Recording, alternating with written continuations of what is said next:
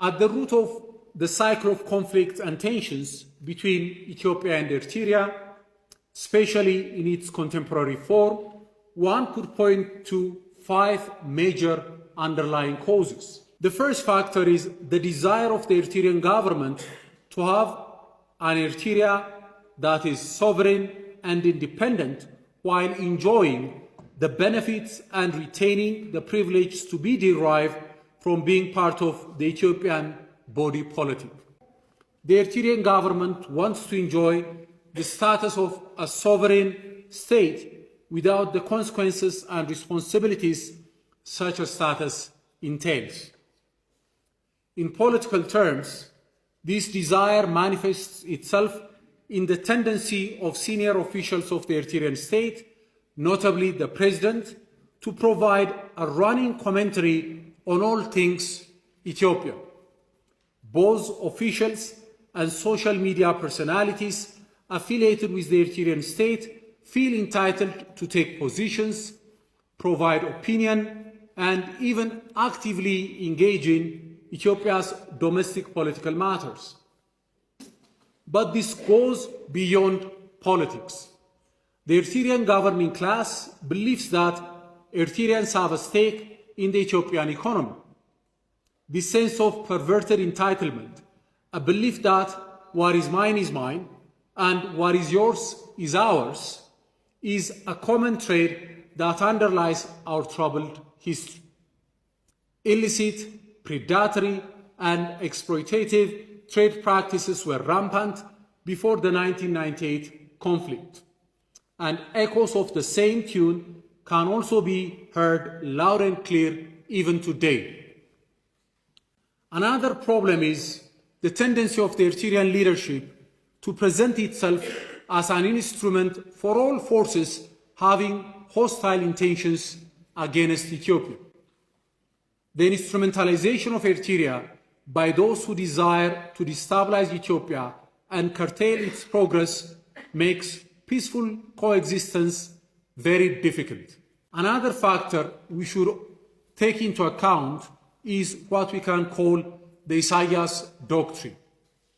The Isaias Doctrine is not written down or expounded explicitly, but it has now become quite obvious as a result of consistent application for over 30 years. This doctrine assumes that Eritrea's continued statehood as a sovereign country is contingent upon Ethiopia's insecurity, fragmentation, and instability.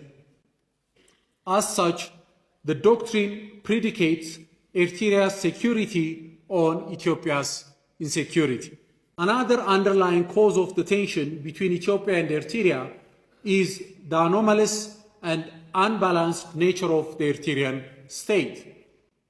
In most contemporary states, state machinery and resources are deployed to advance not just security or political ends, but also economic and social objectives. Most governments care very much about improving the living standard of their citizens. Economic progress, development, and growth are priorities in most countries. Even if the ruling class does not genuinely care about these issues, an attempt is made to project a semblance of economic governance geared towards the welfare of citizens.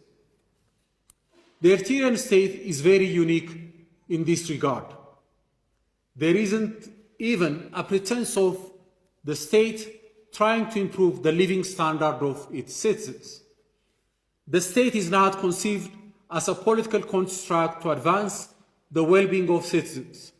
The state is taken as an end in itself.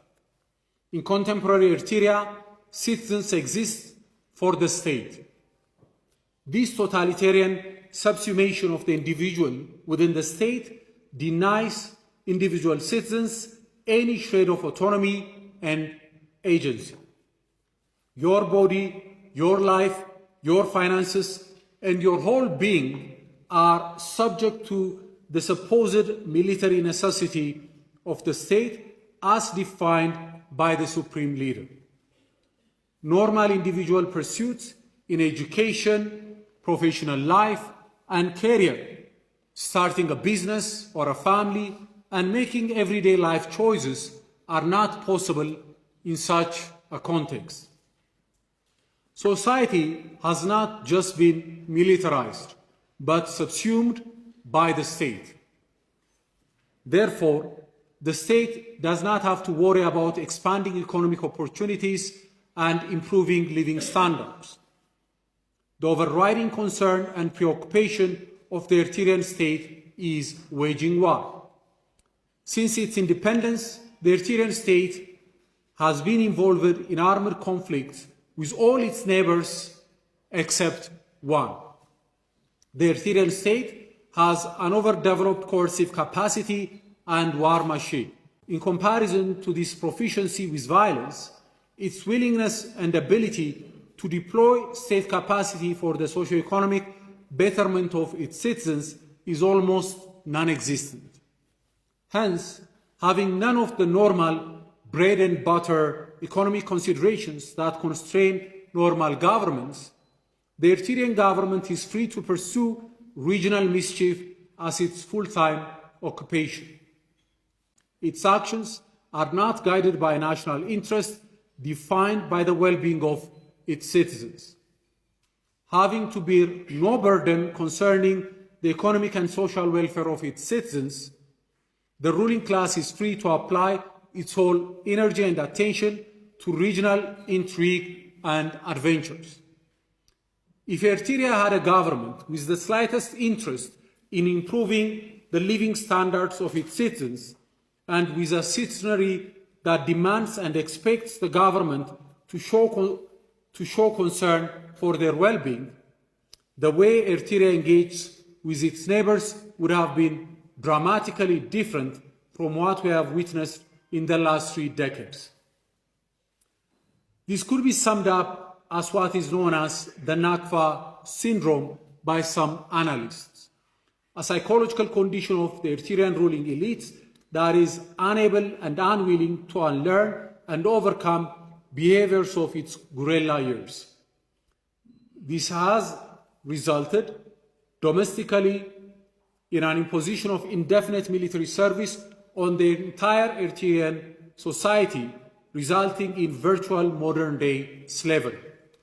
The indefinite military service, which began right after the country's independence, has driven hundreds of thousands of young Eritreans to flee the country in droves, resulting in a loss of its most useful and productive population.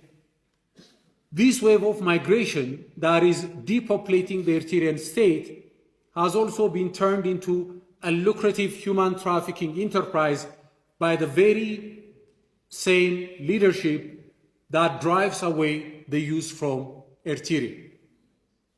Externally, the exclusive military and security focus in Eritrea's conduct of foreign relations has made it impossible to explore economic and trade cooperation. This partly explains why the much-hailed rapprochement of 2018 failed to bring durable peace. The reason why most governments struggle to normalize relations with Eritrea is due to this anomalous and unbalanced nature of the Eritrean state. Normalization of relations presupposes and requires a degree of normalcy among both parties to a relationship. This brings me to the last factor that I wanted to raise as a factor contributing to the chronic tensions between Eritrea and Ethiopia. This is the belief prevalent among a considerable portion of politically conscious Ethiopians that Eritrean independence was something that the Ethiopian state consented to in a manner that fundamentally compromised Ethiopia's national interest. Some critics of the way the transitional government of Ethiopia handled Eritrea's secession question the legitimacy of a transitional government with no popular mandate to make such consequential and lasting decisions on the territorial integrity of the Ethiopian state. In its extreme form, you could find a few outlier voices questioning the status of Eritrea as a sovereign and independent state.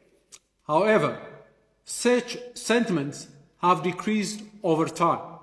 Ethiopians who came of age in the last 30 years have no direct recollection of an Eritrea that was part of Ethiopia. For most of the current generation of Ethiopians, Eritrean statehood is a given.